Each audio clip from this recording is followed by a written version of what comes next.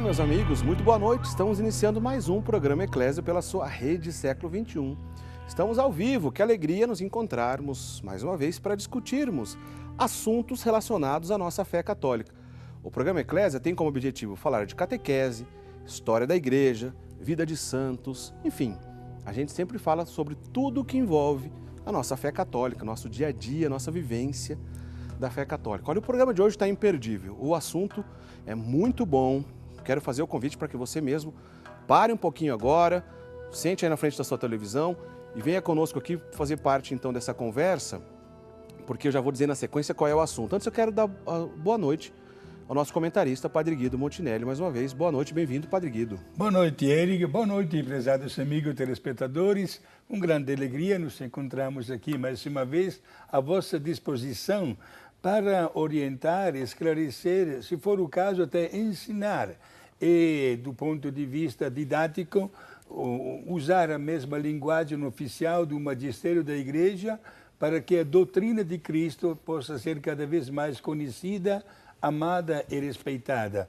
O meu abraço fraterno esta noite, especialmente para o casal, seu Pedro de Oliveira e Dona Lúcia, aqui de Valinhos, que estão ligados no nosso programa. Muito bem. E desde a nossa mudança de horário, né, o nosso programa antes a gente exibia na segunda-feira e hoje a gente exibe nas terças-feiras à noite, né, sempre a partir desse horário. Nosso programa aumentou um pouquinho, ganhamos um tempinho, foi ótimo porque a gente consegue receber outros convidados também para fazer parte aqui da nossa conversa, que é o caso de hoje. Eu havia anunciado na semana passada que estaria conosco hoje o professor Felipe Neri. O professor Felipe Neri já esteve conosco em outras oportunidades, mas infelizmente por motivo de agenda ele não pôde estar conosco aqui. Mas ele mandou uma representante de peso aqui para conversar com a gente, porque ela é especialista no assunto, que eu já vou dizer na sequência qual é o assunto do programa de hoje. Antes, quero dar boa noite à nossa convidada. Temos uma mulher conosco aqui hoje no programa, que é a Isabela Mantovani. Bem-vinda, Isabela. Uma alegria ter você aqui conosco. Boa noite, Eric. Muito obrigada pelo convite. Boa noite, Padre Guido. E boa noite para todos vocês que nos assistem no programa. E eu quero dizer que a providência de Deus, ela sabe tudo, né? Então, o tema que o Eric já vai falar para vocês logo em seguida é um tema que realmente me alegra muito falar sobre ele, estudar sobre esse tema. Então, eu sei que foi providencial a minha presença aqui no programa hoje. Foi mesmo, a gente está muito agradecido. E vou dizer então qual é a especialidade da Isabela, aí você vai entender qual é o tema de hoje. A Isabela é dentista, não é isso, Isabela? Isso. Mas, além de ela ser dentista, ela se especializou numa área interessante chamada bioética. E ela é especialista em bioética, trabalha com saúde pública, inclusive, e se dedicou então nos estudos de bioética, né? Ética, todo mundo sabe o que é ética, inclusive é uma área da filosofia, bio, vida, então, assuntos relacionados à ética e a sua relação com a vida. É sobre isso que a gente vai falar no programa de hoje. Por quê? Porque está completando, olha só, gente, vou até mostrar aqui, Pedrão, aqui pra gente, ó. Essa encíclica aqui do Papa João Paulo II está completando 20 anos, chamada Evangelium Vitae, né, que é a pronúncia em latim, ali escreve Evangelium Vitae, estão vendo ali em cima? Pois bem, essa encíclica Evangelium Vitae está completando 20 anos. Olha, já faz 10 anos que o Papa João Paulo II morreu. E 20 anos dessa importante encíclica, dentre tantas encíclicas que ele publicou. Quero, de início, perguntar aqui para o Padre Guido, para ele nos ajudar, o que significa uma encíclica? Para começo de conversa, Padre Guido. Certo, encíclica é um documento, uma carta circular que o Papa envia para o mundo inteiro, usando uma linguagem técnica em língua latina, é por isso que nós temos todos os títulos das cartas encíclicas, são todas de língua latina. Evangelium Vitae significa boa nova, evangelho da vida. E temos tantos outros documentos que os papas assinaram conforme os problemas mais graves que a Igreja passa num determinado período da sua história. Portanto, o Papa João Paulo II, 20 anos atrás, achou por bem escrever e assinar este documento, que é para dizer claramente que a vida humana é um bem indivisível, é sagrada e inviolável em todas as suas fases e situações. para poder defender esta tese, o Papa escreveu esta carta que se tornou conhecida no mundo inteiro e que até hoje é motivo de profundos estudos e de debates. Na verdade, a data correta, então, 25 de março, né? Amanhã, completa 20 anos que essa encíclica foi publicada, ou seja, 25 de março de 1995. A gente tem umas imagens do Papa João Paulo II aí, né, diretor? Para a gente lembrar, pelo menos para a gente lembrar uma foto do nosso querido Papa São João Paulo II, né, canonizado. Tá aí. Nosso querido Papa João Paulo II, então, publicou essa encíclica chamada Evangelium Vitae, no dia 25 de março de 1995, e matando a saudade desse querido Papa que já faleceu. Esse ano completa 10 anos de falecimento do Papa João Paulo II. Agora, Isabela, você faz parte de uma comissão aqui na Arquidiocese de Campinas de bioética e defesa da vida. Questões que lidam, então, que a gente vai discutir no programa hoje. Aborto, eutanásia e outros assuntos que acabam sendo polêmicos, não tem como. Mas uma encíclica como essa, de peso, de um grande Papa, e já 20 anos dessa encíclica, é um documento que provavelmente deve apoiar o trabalho de vocês sempre, né? Sim, a gente se baseia muito, porque o Papa João Paulo II, aqui nesse documento, ele traz os fundamentos teológicos, né? Então, ele é muito bonito o começo da encíclica, né, padre? Que ele coloca um paralelo entre o nascimento de nosso Senhor Jesus Cristo e cada vida humana que é concebida. Então, como cada vida, ela traz um mistério de Deus para o mundo que merece ser reconhecido, e aí está o valor da vida humana. Então, no começo do programa eu dizia, né, que eu estava muito feliz de ter sido convidada, porque quando eu li essa encíclica, a gente tem uma consciência profunda do nosso valor como pessoa. Então, a gente se reconcilia com a gente e aí a gente é capaz de reconhecer o valor do outro. E como eu estava dizendo, além do fundamento teológico, ela traz também uma questão filosófica que cada pessoa ela vale por aquilo que ela é e não por aquilo que ela faz, pela perfeição do corpo dela, né? Mas pela essência dela, que é ser pessoa humana. Então, isso, a encíclica, ela fundamenta muito o nosso trabalho na Comissão de Bioética e Defesa da Vida da Arquidiocese, que ela é totalmente pautada contra o aborto, né? Mas nos meus trabalhos com a bioética também, que daí ele é mais amplo, entre essa questão da eutanásia, né? Da células-tronco, manipulação de embriões, enfim. E algumas dessas questões a gente vai falar no programa de hoje, já que a encíclica Evangelium Vitae trata desse assunto, né? Evangelium Vitae e o Evangelho da Vida é o tema do programa de hoje. Lembrando que essa encíclica está disponível no site do Eclésia, né? Você pode acessar lá o nosso site. Vamos mostrar a produção? Vamos lá. Facinho. O site da Rede Século XXI, rs21.com.br, a gente sempre divulga aqui, tá aí, ó. Aí a gente procura dentro do site da Rede Século XXI, a gente clica em programas e acha o programa Eclésia. Ao clicar o programa Eclésia, a gente entra na página do programa Eclésia e logo de cara tá ali, ó. Tem um banner disponível, tá ali o banner, ó. Você pode clicar então nesse banner, que lembra então o aniversário da encíclica Evangelium Vitae, e você vai abrir nessa outra página, vai estar disponível então para você essa encíclica, que é direto do site do Vaticano. Tá aí, tá certo, gente? Então, olha, vale a pena, entre no nosso site, leia com calma essa encíclica. Ela tem 100 e poucas páginas, mas vale a pena. É um conteúdo extraordinário. Então está disponível para você lá no site da Rede Século XXI. E como de costume, você pode participar com a gente, seja por e-mail ou por telefone. No e-mail, eclesia@rs21.com.br, ou então por telefone 19 3871 9620, tá certo? Você manda para a gente sua participação, a gente, na medida do possível, coloca aqui a tua conversa, a nossa discussão. Vamos trabalhar, Padre Guido certo. E Isabela. Vamos começar uma discussão no início, para a gente entrar depois nas questões mais difíceis. A gente vê um conflito em determinadas discussões na sociedade e envolve quase sempre questões evangélicas, mas não só questões evangélicas, né? Se a gente falar em cultura de morte ou defesa da vida, envolve questões evangélicas, religiosas, mas também questões humanas, filosóficas, éticas, que não necessariamente têm a ver com religião.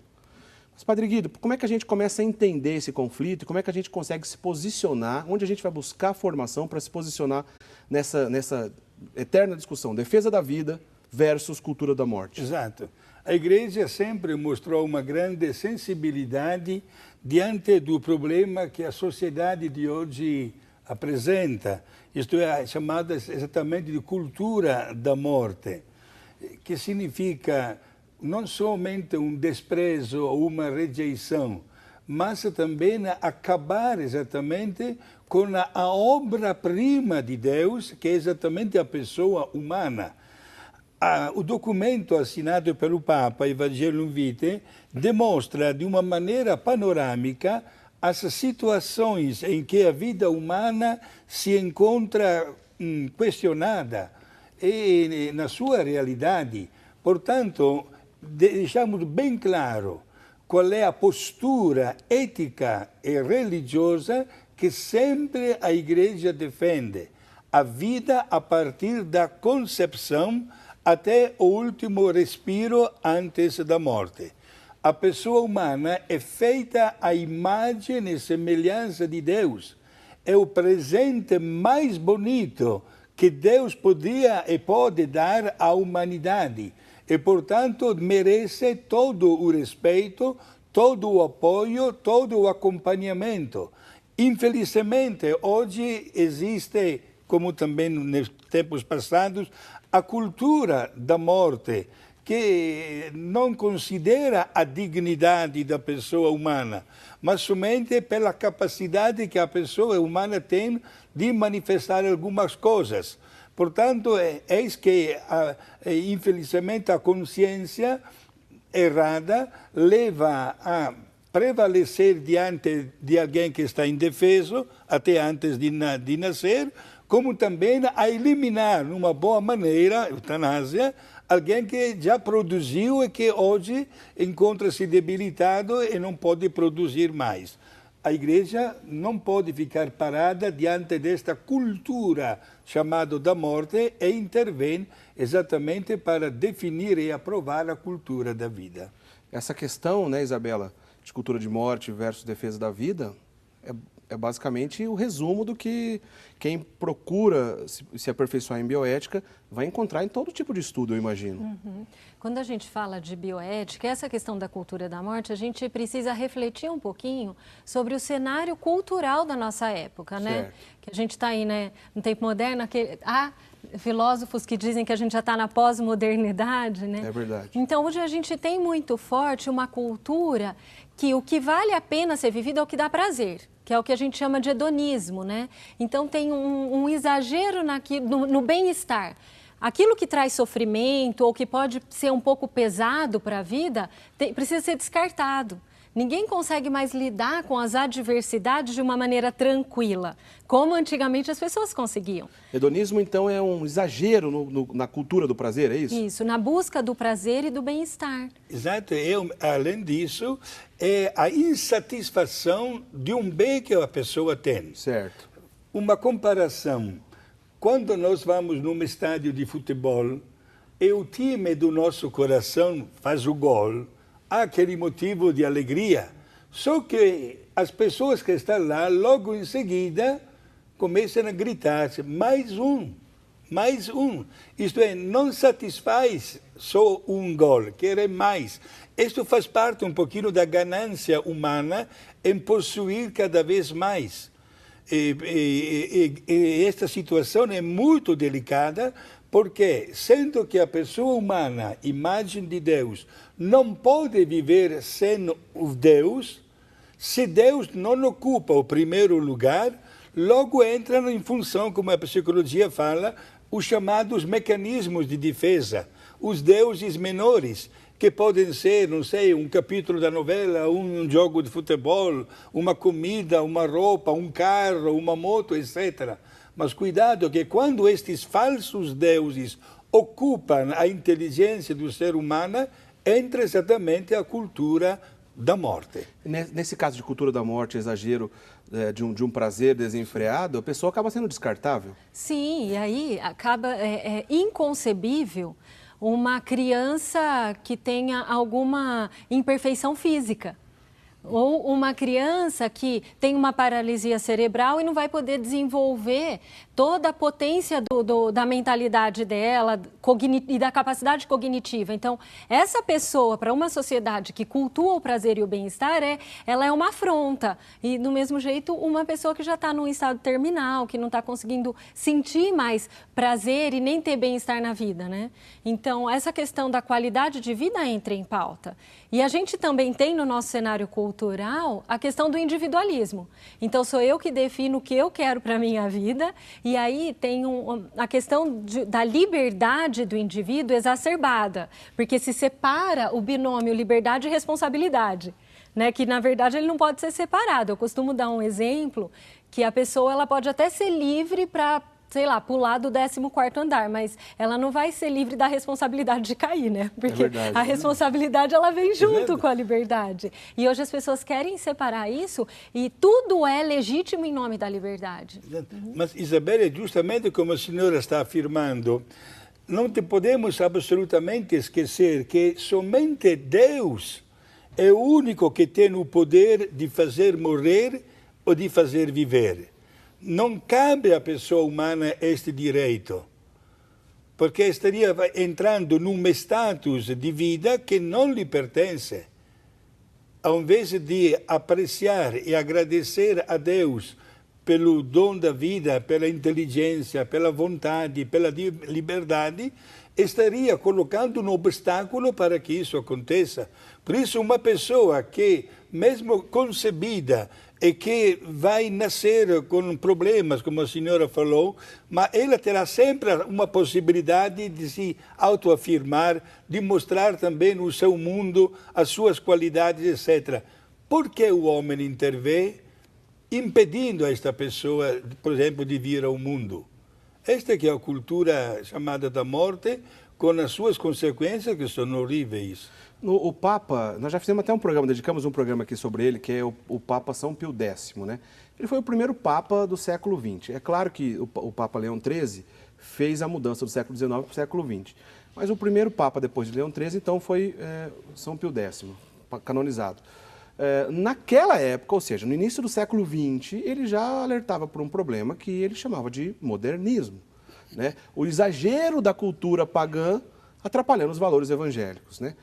É o evangelho que deve mudar o mundo ou o mundo que deve mudar o evangelho? E mais recentemente, nosso querido Papa Bento XVI, já Papa do terceiro milênio, muitos anos depois, Papa depois desse período de São Pio X, ele se depara com outro problema que ele chamou de relativismo, né? Dificuldade de encontrar o que é verdade, se existe uma verdade e qual é essa verdade, ou verdade a ponto de vista. Eu tenho minha verdade, ele tem a dele e a gente segue a nossa vida. Peraí. A verdade, ela existe por si só, não é opinião nem ponto de vista. Nesse caso, tem tudo a ver com o que a gente está falando aqui. Porque o relativismo acaba entrando nessas questões diretas, não é assim que a gente pode encontrar? Exato. E Eric, a sua afirmação é muito positiva, foi muito feliz quando assinou ao antimodernismo. Saibam, nossos amigos telespectadores, que até não muitos anos atrás, quando chegavam missionários vindos de outros lugares do mundo para evangelizar e passar a sua vida fazendo bem aqui no Brasil, era uma obrigação para todos os bispos, ao recepcionar os missionários estrangeiros, antes dos padres iniciarem o seu trabalho, deviam fazer o juramento antimodernístico. Era uma lei gravada no decreto da história da igreja. Era obrigatório prometer com juramento de não ser vítima deste problema, porque senão entraria exatamente as consequências, quais o relativismo, opiniões pessoais, e a doutrina se tornaria uma utopia e não um artigo de fé. Quem sabe um dia a gente pode ter, se Deus quiser, quem sabe a declaração oficial contra o relativismo. Se bem que, né, Isabela, o relativismo não é um conceito fácil de absorver. A gente pode resumir que é uma confusão que acaba atrapalhando os valores evangélicos na discussão também da defesa da vida. E ele coloca as pessoas numa dificuldade de reconhecer o fundamento das coisas, que é a verdade, né? E nessas questões da bioética, da defesa da vida, a gente tem clareza que tudo está para a pessoa humana. Então, a pessoa humana ela deve ser afirmada por si mesmo. Aquilo que eu disse, ela vale pelo que ela é, não por aquilo que ela faz. E ela nunca pode ser utilizada como um meio. Ela deve ser sempre a finalidade das ações. Mas um mundo relativista, ele não consegue reconhecer o fundamento das coisas, né? Então, por isso que aí a gente tem essa loucura de pessoas que defendem o assassinato de inocentes, por exemplo, como é a questão do aborto. E o Papa Bento XVI foi um grande combatente do relativismo. Nosso querido Papa Emérito, certamente a luta dele não vai ser em vão e vai percorrer gerações aí o legado de Bento XVI. A gente vai para o primeiro intervalo, lembrando que você pode participar conosco por telefone e também por e-mail. O telefone é 3871-9620, 19 é o código aqui da região metropolitana de Campinas. Ou no e-mail eclesia@rs21.com.br. Na sequência, a gente vai entrar nas questões propriamente dita, que envolve tanto a discussão da encíclica, como questões relacionadas à bioética, né? Que na verdade a gente está falando da mesma coisa. O que eu estou dizendo? A gente vai falar sobre aborto e a posição da igreja, eutanásia e a posição da igreja, por exemplo, o homicídio, suicídio, também a legítima defesa, se é digno ou não, se a igreja católica apoia, enfim. O programa de hoje está imperdível, não sai daí, a gente volta já.